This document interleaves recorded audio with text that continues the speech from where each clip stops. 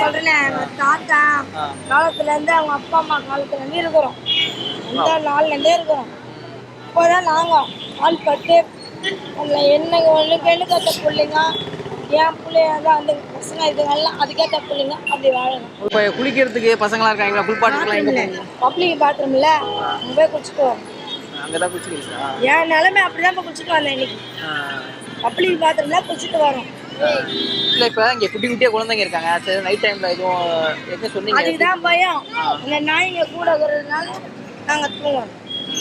அந்த நாய்ங்களையே இது பண்ண நம்ம என்ன பண்ண முடியும்? நாய்ங்க என்ன கிட்ட இல்ல இப்ப நாய்ங்க இருந்தா அங்கங்க வெறி பிடிச்சி சொன்னா நாய்ங்களை கடிச்சிருது குழந்தைங்களா? நீங்க நாய்களை பக்கத்துல வச்சு படுத்துறீங்க, அது பயமா இல்ல? உண்மைதான் நீங்க சொல்றது.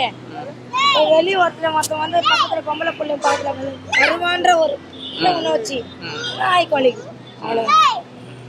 அதுவெல்லாம் உண்மைதான். நீங்க சொல்ற நாய் இதுக்கு அது உண்மைதான். பச்சை பிள்ளைங்களா இருக்காங்க. அவங்க வீட்டுல இருந்து சம்பவம் நடந்தது வீட்டுல. நாங்க ரோட்ல இருக்கிறோம். ரோட்ல பாதுகாப்பு வேணும். அதுக்கோசம் நாய் இருக்கு.